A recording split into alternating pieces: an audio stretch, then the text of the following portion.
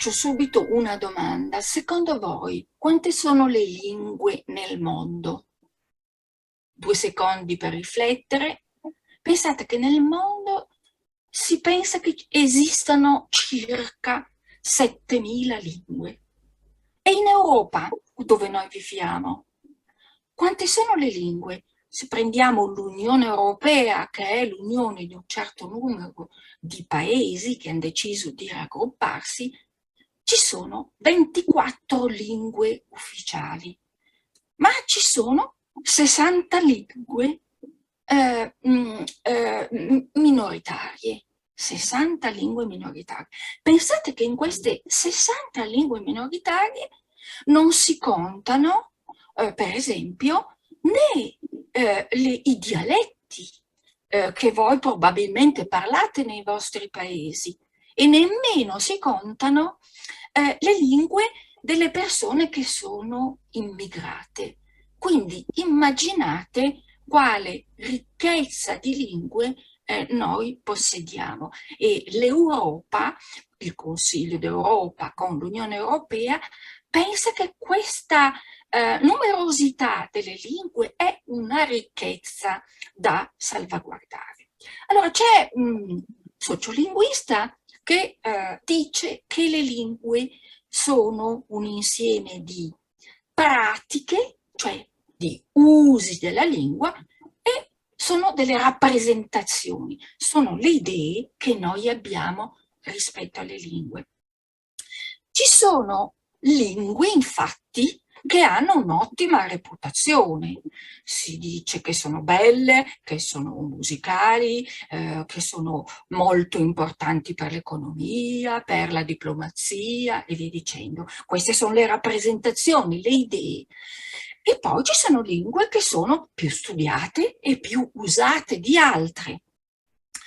In Europa noi abbiamo le lingue più usate nel mondo, abbiamo prima di tutto l'inglese, abbiamo il francese, abbiamo il tedesco, abbiamo lo spagnolo e abbiamo il portoghese. Notate, sono tutte lingue che vengono da paesi che hanno avuto degli imperi coloniali. Questo vuol dire che queste lingue si sono diffuse nel mondo perché hanno conquistato con i loro eserciti altri paesi e hanno imposto le loro lingue, spesso facendo morire altre lingue. Questo prestigio delle lingue fa sì che le persone che parlano altre lingue, per esempio un dialetto, parlare un dialetto, che utilità economica può avere nel mondo? Forse minima, ma la lingua non è soltanto potere economico. Una lingua è la porta d'entrata dentro una cultura, è spesso la chiave della nostra identità personale, perché magari siamo nati in quel dialetto. Ma con tutte queste idee sulle lingue che sono potenti, sulle lingue che sono necessarie, fa sì che qualcuno può a volte vergognarsi di parlare una piccola lingua, oppure può pensare che non è una lingua prestigiosa, oppure che non ha una grammatica e che quindi è una lingua che non serve e che quindi si comincia a utilizzare sempre di meno. E questo succede per le piccole lingue.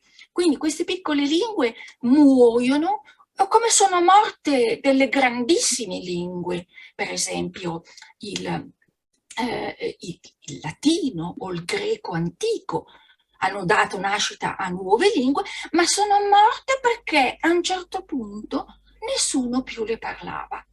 Quindi pensate alle lingue che voi parlate e sentitevi responsabili di quelle lingue, perché se voi le parlate, quelle lingue sopravvivono, e le culture che queste lingue portano vivranno perché voi le porterete avanti. Voi le insegnerete ai vostri bambini e queste lingue quindi si manterranno. Sì, è importante difendere le lingue, è importante mantenerle, sì, ci sono delle lingue che sono lingue che rischiano di sparire. Cerchiamo di non farle scomparire perché perderemmo un patrimonio della nostra Europa.